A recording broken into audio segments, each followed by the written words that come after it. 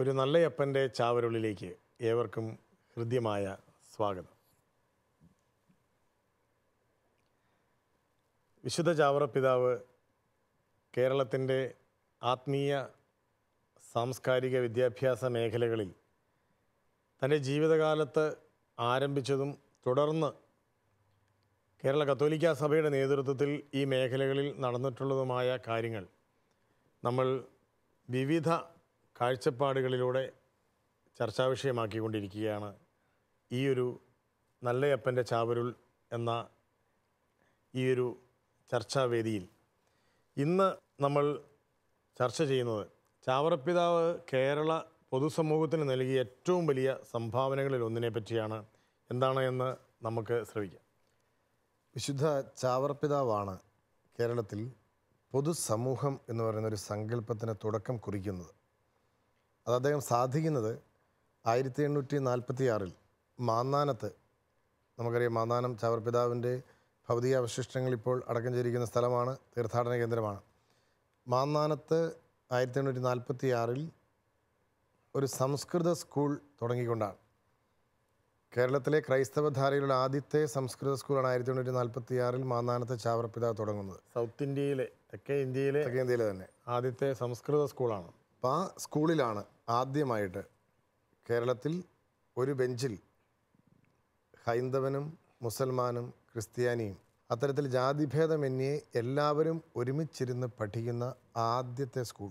അതുകൊണ്ടാണ് ഇപ്പോഴത്തെ PSC ചെയർമാനായ ഡോക്ടർ KS രാധാകൃഷ്ണനെ പോലുള്ള ആളുകൾ പറയുന്നത് കേരളത്തിലെ പൊതുസമൂഹത്തിൻ്റെ പൊതുവിദ്യാഭ്യാസത്തിൻ്റെ ആദ്യ ബെഞ്ച് എന്ന് പറയുന്നത് മാന്നാനത്തെ സംസ്കൃത സ്കൂളിലെ ബെഞ്ചായിരുന്നു എന്ന് പറയുന്നത് അതുകൊണ്ടാണ്.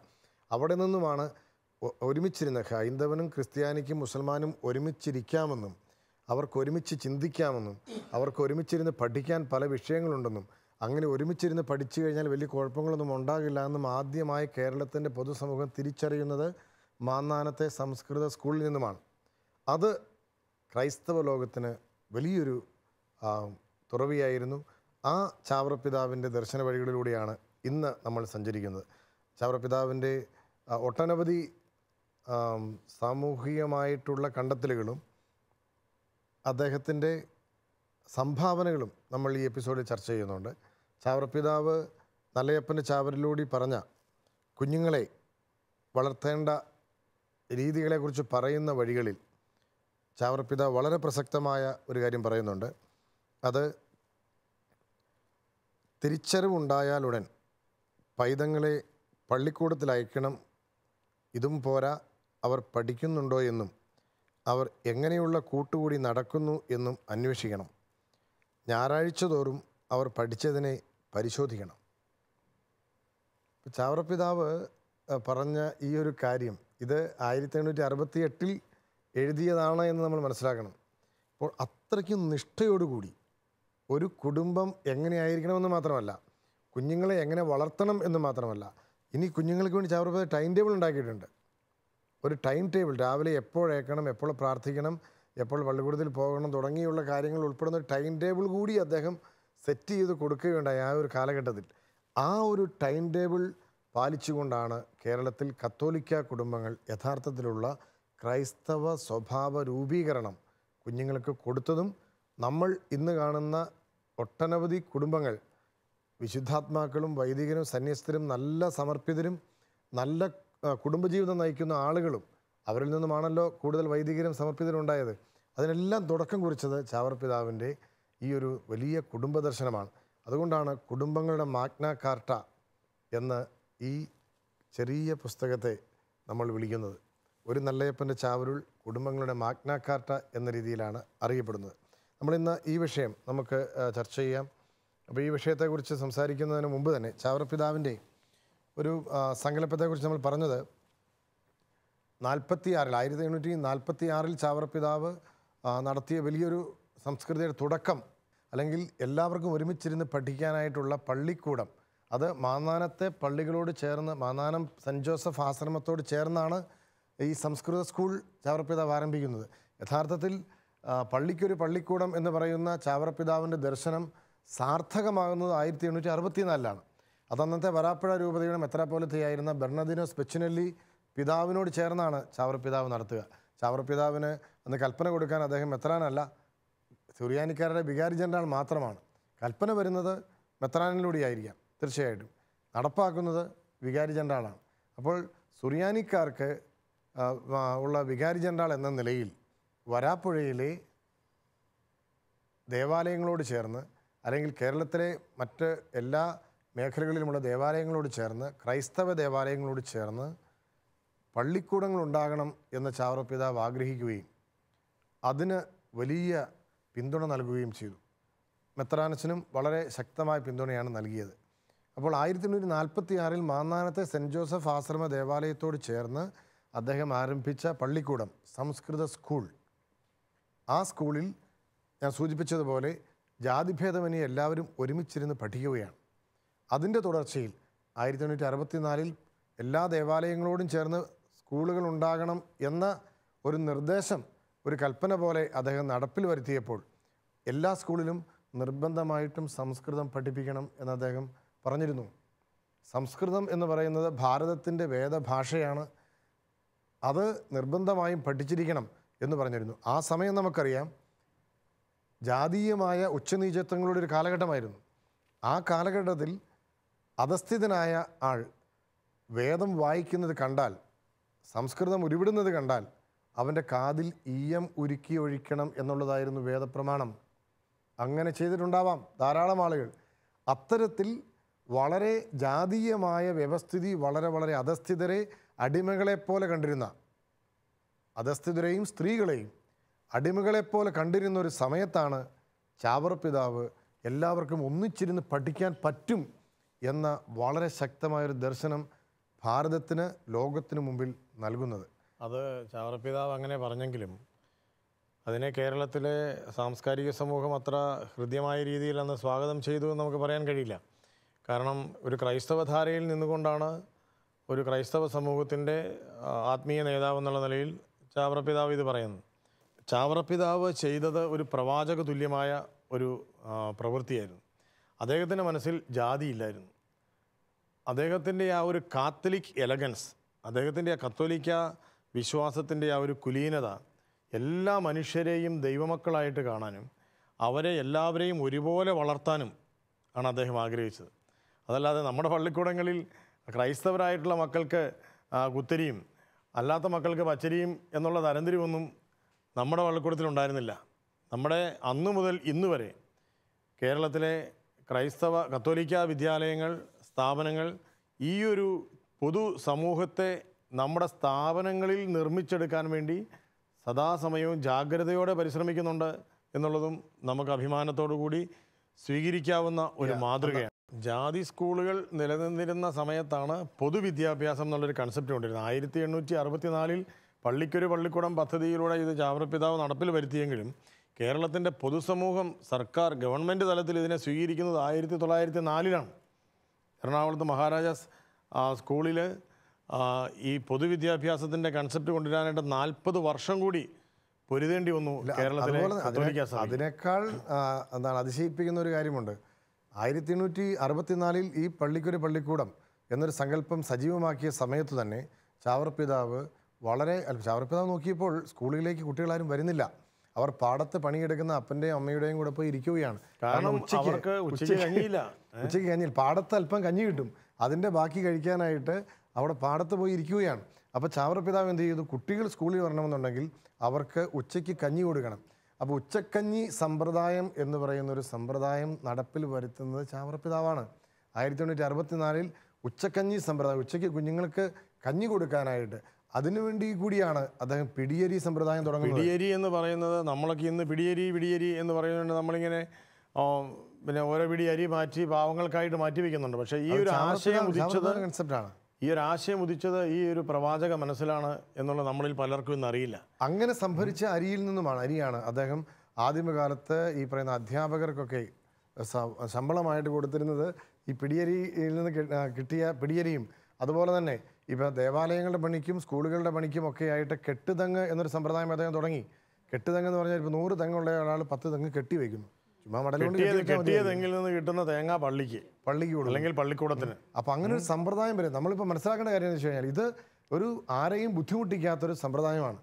ഒരു കാലഘട്ടത്തിൽ ലഭിക്കുന്ന വിളവ് മുഴുവൻ പള്ളിക്കെന്നുള്ളതല്ല, നിനക്ക് കിട്ടുന്നതിലൊരു 10% പള്ളിക്ക് കൊടുക്കാനായിട്ട് പറയുന്ന ഒരു ഓഹരി, ഒരു 10% ദശാംശം കൊടുക്കുന്നുണ്ട്. ദശാംശം എന്നുള്ള ആ ഒരു ആശയത്തിലൂടെ സത്യത്തിൽ അത് ക്രൈസ്തവ വിദ്യാർത്ഥികളെ മാത്രം സഹായിക്കുക എന്നുള്ളൊരു ആശയത്തിലല്ല. ക്രൈസ്തവൻ ദശാംശം കൊടുത്തത് മറ്റ് മതസ്ഥരായിട്ടുള്ള വിദ്യാർത്ഥികൾക്ക് കൂടി പഠിച്ചു വളരാൻ വേണ്ടിയുള്ള സാഹചര്യം ഒരുങ്ങാനാണ്.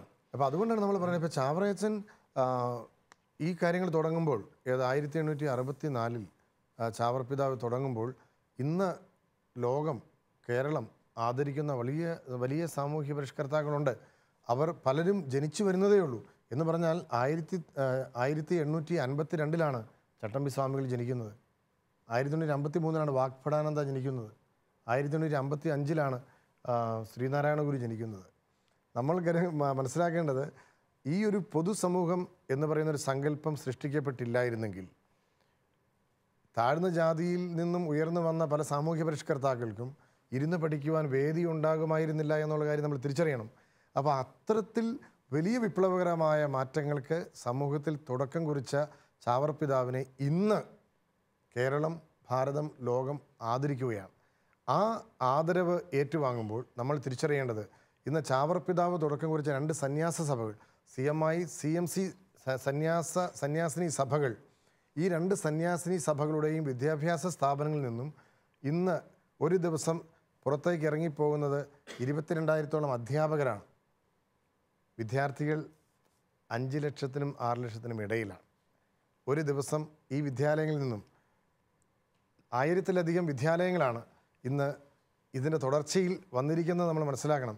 അപ്പോൾ അതൊരു വിദ്യാഭ്യാസം എന്ന് പറയുന്ന വലിയൊരു ദർശനമായി ചാവർ പിതാവ് ഉയർത്തിക്കൊണ്ട് വന്നതാണ്. അങ്ങനെയാണ് 1868 അദ്ദേഹം ആദ്യമായിട്ട് കേരളത്തിൽ വനിതകൾക്ക്, പെൺകുട്ടികൾക്ക് താമസിച്ച് പഠിക്കാനുള്ള ബോർഡിംഗ് സ്കൂൾ കൂനമ്മാവിൽ സ്ഥാപിക്കുന്നത്. കൂനമ്മാവിൽ അന്നത്തെ നമ്മുടെ ഇറ്റാലിയൻ ഡെലഗേറ്റ് ആയിരുന്ന ലിയോപോൾഡ് ബൊക്കാറായുടെ സഹായത്തോടു കൂടിയാണ് ചാവർ പിതാവ് അത്തരത്തിൽ കൂനമ്മാവിൽ ഒരു പെൺകുട്ടികൾക്ക് മാത്രം പഠിക്കാനായിട്ടുള്ള ഒരു ബോർഡിംഗ് സ്കൂൾ ആരംഭിക്കുന്നത്. എന്ന ആ സ്കൂളിനെ വിളിച്ച പേരാണത്. എതുക്കുന്താത്ത് എന്നാണ്. ആ സ്കൂളിൽ വന്ന് പഠിച്ച ഒരു വിദ്യാർത്ഥിനിയാണ് 1888 ആ ബോർഡിംഗ് ഹൗസിൽ വന്ന് പഠിക്കുന്നത്. ആര്? എവുഫ്രാസ്യാമ. കൂനമ്മാവിലെ ആ ബോർഡിംഗ് സ്കൂളിലാണ് 1888 എവുഫ്രാസ്യാമ. ചാവറയച്ചന്റെ വിദ്യാഭ്യാസ സംസ്കാരത്തിന്റെ ആദ്യത്തെ ഒരു ആത്മീയ ഫലം ആയിട്ടാണ് നമ്മുടെ എവുഫ്രാസ്യാമ. അതായത് നമ്മൾ പറയുന്നത്, ഈ ഒരു വലിയ ആധ്യാത്മിക മേഖലയിലും വിദ്യാഭ്യാസ മേഖലയിലും വിപ്ലവകരമായ തുടക്കങ്ങൾ കുറിക്കുവാൻ ഉള്ള ചങ്കൂറ്റം ആ സമയത്ത് ചാവർ പിതാവ് കാണിച്ചു. അന്ന് നമ്മൾ മനസ്സിലാക്കി, ബേസൽ മിഷൻ്റെ ഒരു ചെറിയ വനിതാ ഹോസ്റ്റൽ പോലെ, അല്ലെങ്കിൽ പെൺകുട്ടികൾക്ക് താമസിച്ച് പഠിക്കാൻ കേരളത്തിലല്ല, അന്ന് എവിടെയാണ്, തിരുവനന്തപുരത്തിനപ്പുറത്ത് നാഗർകോവിലിലാണ് ബേസൽ മിഷൻ്റെ ഒരു ചെറിയൊരു പെൺകുട്ടികൾക്ക് പഠിക്കാനുള്ള സംവിധാനം ഉണ്ടായിരുന്നത്. കേരളത്തിന് സംവിധാനമേ ഉണ്ടായിരുന്നില്ല. ആ സമയത്താണ് സ്ത്രീകൾ അവമതിക്കപ്പെടേണ്ടവരല്ലെന്നും അവർ പുരുഷനോടൊപ്പം സമൂഹത്തിന് മുഖ്യധാരയിലേക്ക് വരേണ്ടവരാണെന്നും ആ രീതിയിൽ സ്ത്രീക്കും പുരുഷനും സമൂഹത്തിൽ തുല്യ പ്രാധാന്യമാണുള്ളതെന്നും തിരിച്ചറിഞ്ഞുകൊണ്ടാണ് ചാവർ പിതാവ് അത്തരത്തിൽ സ്ത്രീകൾക്ക് പഠിക്കുവാനും കൈത്തൊഴിലുകൾ പഠിക്കുവാനും അങ്ങനെ കൊന്തകെട്ടും പൂവുണ്ടാക്കാനും മറ്റ് ക്രാഫ്റ്റ് വർക്കുകൾ ചെയ്യാനും നെയ്ത്തുണ്ടാക്കാനും ഒക്കെ പുറത്തും തിരുവനന്തപുരത്ത് നിന്ന് വരെ മദാമയെ കൊണ്ടുവന്ന് പഠിപ്പിച്ച ചാവർ പിതാവ്. ഇന്ന് നമ്മൾ മനസ്സിലാക്കണം, നമ്മുടെ കൂനമ്മാവ് മേഖലയിൽ ഏതാണ്ട് 3000-ൽ കൂടുതൽ കുടുംബങ്ങൾ കൊന്തകെട്ടി. നമ്മളിപ്പോൾ ഒരുപക്ഷെ ജെറുസലേമിൽ ചെന്നാലും വത്തിക്കാനിൽ ചെന്നാലും മെയ്ഡ് ഇൻ കൂനമ്മാവ് എന്ന് പറയുന്ന കൊന്ത കാണാം. അവിടെ നൂറുകണക്കിന് കുടുംബങ്ങൾ, ആയിരക്കണക്കിന് കുടുംബങ്ങൾ കൊന്തകെട്ടി വലിയ രീതിയിൽ രക്ഷപ്പെട്ടിട്ടുള്ള കുടുംബങ്ങളുണ്ട്. അഭിമാനത്തോടുകൂടി അവർ ഞങ്ങളോട് പറഞ്ഞിട്ടുണ്ട്. ഞങ്ങൾ ചാവർ പിതാവിനെക്കുറിച്ച് ഒരു ഡോക്യുമെൻ്ററി ചെയ്യുന്നതിന് വേണ്ടി പ്രശസ്ത തിരക്കഥാകൃത്ത് ജോൺ ബോളും മറ്റ് സംവിധായകരും സുഹൃത്തുക്കളെല്ലാം കൂടി ഞങ്ങൾ പോയ സമയത്ത് ഈ വീടുകളിൽ ഞങ്ങൾ പോയി സ്റ്റേറ്റ് ഗവൺമെൻറ്റിൻ്റെ ഒരു ഡോക്യുമെൻ്ററി ചെയ്യാനായിട്ട് പോയതാണ്. പോയപ്പോൾ അവർ പറഞ്ഞു, ചാവർ പിതാവാണ് ഞങ്ങൾക്ക് ഇങ്ങനെയുള്ളൊരു വേദി ഉണ്ടാക്കി തന്നതെന്ന് പറഞ്ഞു. അപ്പോൾ നമ്മൾ കാണുന്നത് അത്തരത്തിൽ ഉള്ള ചാവർ പിതാവ് നമ്മളുടെ കുടുംബങ്ങൾ എങ്ങനെയായിരിക്കണം എന്നുള്ളതിനെക്കുറിച്ചുള്ള കൃത്യമായ ബോധം, അതാണ് നമ്മളിപ്പോൾ വായിച്ചു കേട്ടത്. ചാവർ പിതാവ് പറഞ്ഞ ഈയൊരു കാര്യം, ഇപ്പോൾ റോബി അച്ഛൻ പറഞ്ഞ ഈ ഒരു സാമൂഹിക പശ്ചാത്തലത്തിൽ നിന്നുകൊണ്ടാണ് നമ്മൾ ആ ഒരു പുനർവിചിന്തനത്തിന് വിധേയമാക്കുന്നത്.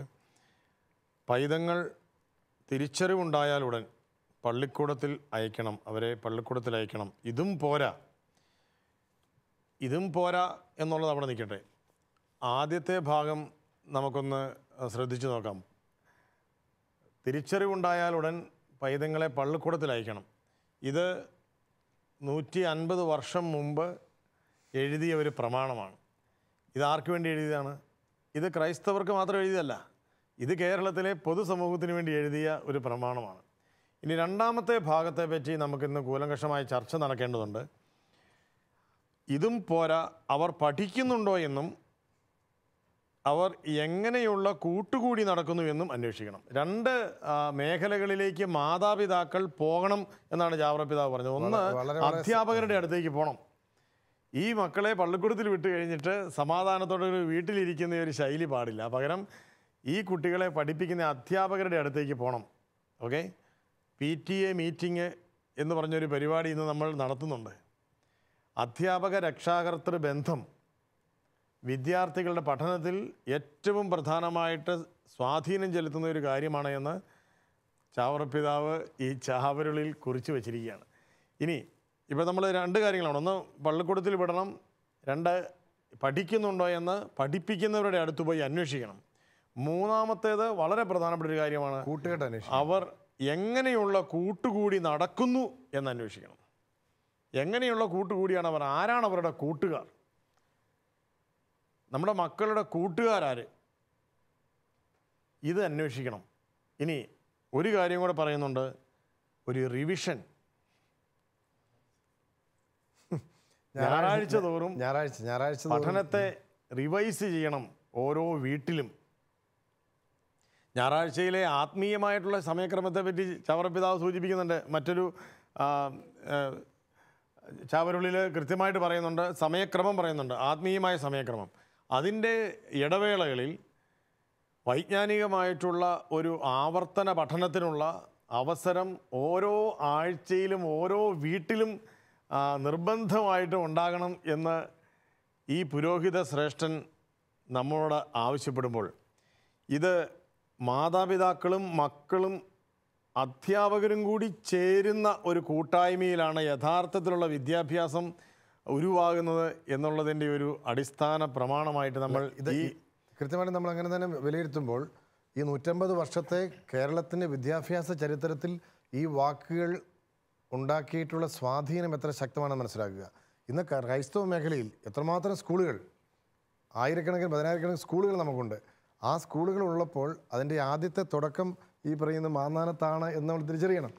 അപ്പോൾ അവിടെ നിന്നും ഉണ്ടായിട്ടുള്ള ഓരോ കുടുംബങ്ങളും, അന്നു മുതലുള്ള കുടുംബങ്ങൾ ഈ ചട്ടങ്ങൾ ഒരു പരിധിവരെ പാലിച്ചിട്ടുണ്ട് എന്നുള്ളതിൻ്റെ വലിയൊരു തെളിവാണ് ഇന്ന് നമ്മളിവിടെ ഇരിക്കുന്നതും നമ്മുടെ ഇരിക്കുന്ന ഞങ്ങളിവിടെ നിൽക്കുന്നത്. ഇവിടെ മക്കളിപ്പോൾ പഠിക്കുന്ന മക്കളുള്ള മാതാപിതാക്കൾ ആരാ ഉള്ളത്?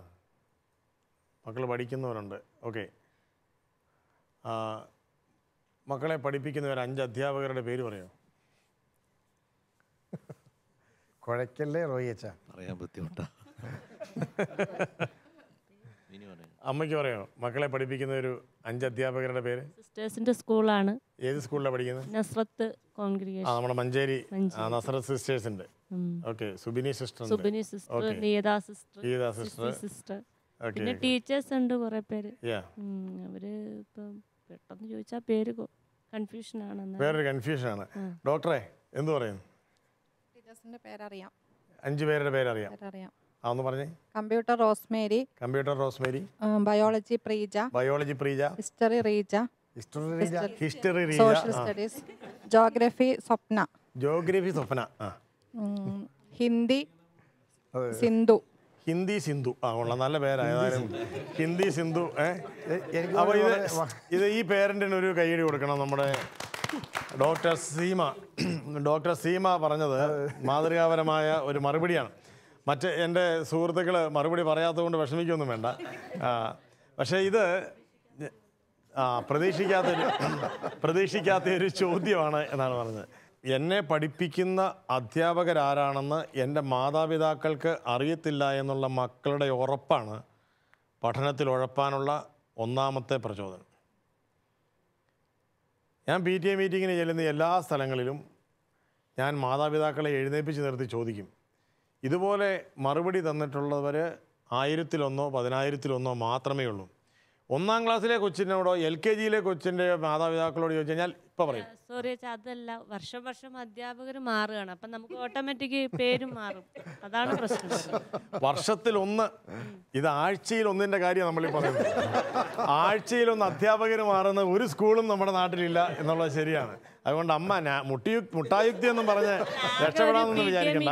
ഒരു വർഷത്തിലൊന്ന്, ഒരു പ്രാവശ്യം 2 പ്രാവശ്യം ഉണ്ടാവുള്ളൂ. ക്ലാസ് PTA മീറ്റിങ്ങിന് മാത്രമല്ല. അല്ല, PTA അതായത് നമ്മൾ പറഞ്ഞു വരുന്നതെന്ന് വെച്ച് കഴിഞ്ഞാൽ കുട്ടികളുടെ അധ്യാപകരെ അറിഞ്ഞാൽ മാത്രമേ അവർ ക്ലാസ്സിൽ എങ്ങനെ പെരുമാറുന്നു എന്നുള്ള കാര്യം നമുക്ക് കൃത്യമായി ഫോളോ ചെയ്യാൻ പറ്റും. ഇപ്പോഴുള്ള ഒരുമാതിരി നിലവാരമുള്ള എല്ലാ സ്കൂളും ഒരു സിസ്റ്റം തുടങ്ങിയിട്ടുണ്ട്. ഒരു കുഞ്ഞ് 1 മിനിറ്റ് അല്ല 1 സെക്കൻഡ് ആബ്സെൻ്റ് ആണ്, ക്ലാസ്സിൽ എത്തുന്നില്ല, അല്ലെങ്കിൽ അപ്പോൾ തന്നെ SMS പാരൻറ്റിൻ്റെ മൊബൈലിൽ എത്തുന്ന ഒരു സംവിധാനം ഞങ്ങളുടെ CMI സ്കൂളുകളിൽ ഇപ്പോൾ വളരെ കൃത്യമായിട്ടുണ്ട്. എല്ലാ സ്കൂളിലും തന്നെ അത് അപ്ലൈ ചെയ്യുന്നുണ്ട്. പിന്നെ പരീക്ഷയുടെ മാർക്ക്, ക്ലാസ് പരീക്ഷ എന്നാണ്, റിവിഷൻ എന്നാണ്, ഇതൊക്കെ ഇപ്പം മെസ്സേജ് വഴി മാതാപിതാക്കളുടെ അടുത്തേക്ക് എത്തുന്ന ഒരു സംവിധാനമുണ്ട്.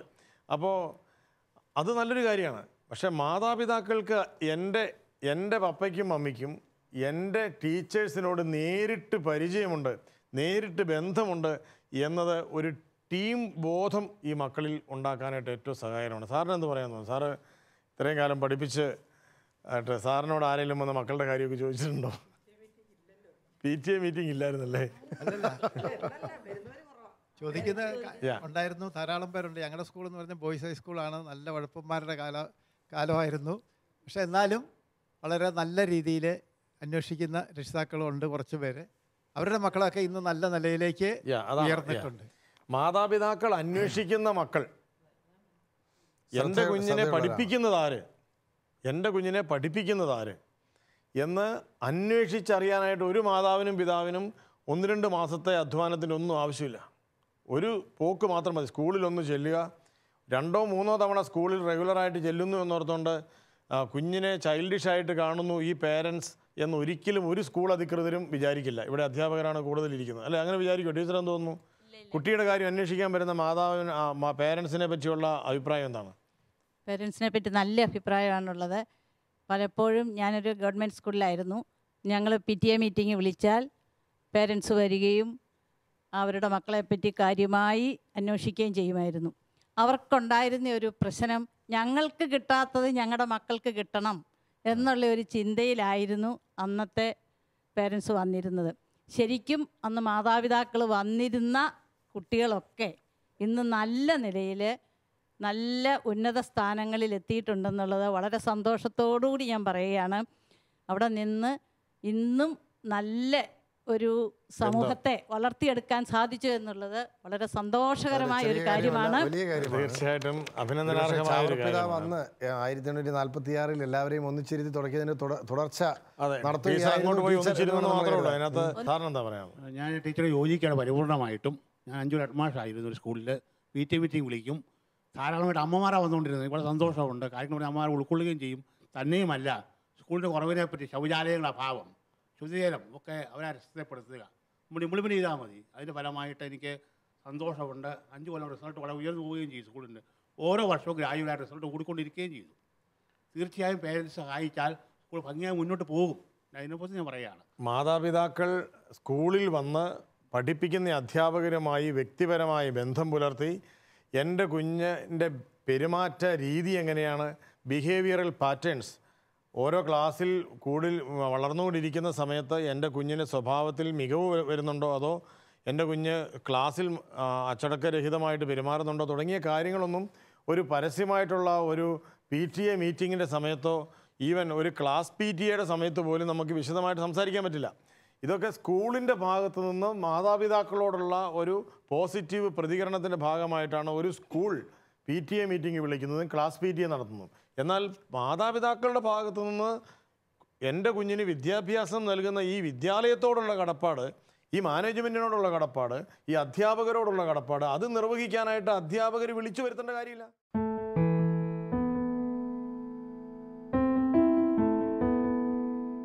മക്കളെ പിന്തുടരുക എന്നുള്ള ഒരു ആശയം തീർച്ചയായും ചാവറപ്പിതാവിൻ്റെ ഈ ചാവരുളിനോട് ചേർന്ന് നിൽക്കുന്ന ഒരു ചിന്തയാണ്, അതിൻ്റെ പ്രായോഗിക തലമാണ്. ചാവറയച്ചൻ പൊതുസമൂഹത്തിന് നൽകിയ നന്മകൾ ശരിക്കും നമ്മുടെ സാംസ്കാരിക കേരളം തന്നെ ഒരു പരിധിവരെ മറന്നു കിടക്കുന്ന ഒരവസ്ഥയാണ് നമുക്ക് പൊതുസമൂഹത്തിൻ്റെ പഴയകാല ചരിത്ര പുസ്തകങ്ങളും പരിശോധിക്കുമ്പോൾ കാണാൻ സാധിക്കുക. അധ്യാപകരും മാതാപിതാക്കളും തമ്മിൽ എത്രമാത്രം ഹൃദയ അടുപ്പമുണ്ടോ അത്രയും നല്ല ഒരു വിദ്യാഭ്യാസ പ്രക്രിയ, അത്രയും നല്ലൊരു അധ്യയനം നമ്മുടെ മക്കളുടെ മനസ്സിലും ഹൃദയത്തിലും നടക്കുന്നു എന്നുള്ള ഒരു ആശയത്തിലേക്ക് നമ്മൾ എത്തുകയാണ്.